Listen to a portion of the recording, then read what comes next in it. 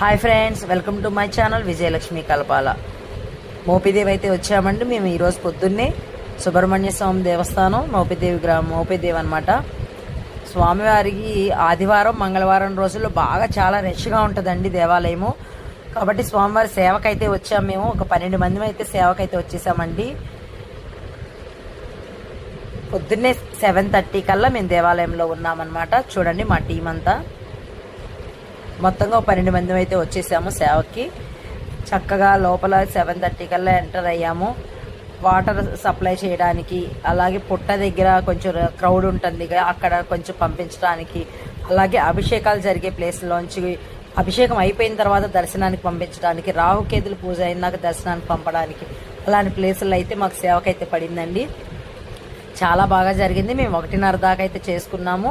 తర్వాత దర్శనం చేసుకుని బయలుదేరి వచ్చాము. బాయ్ మరి.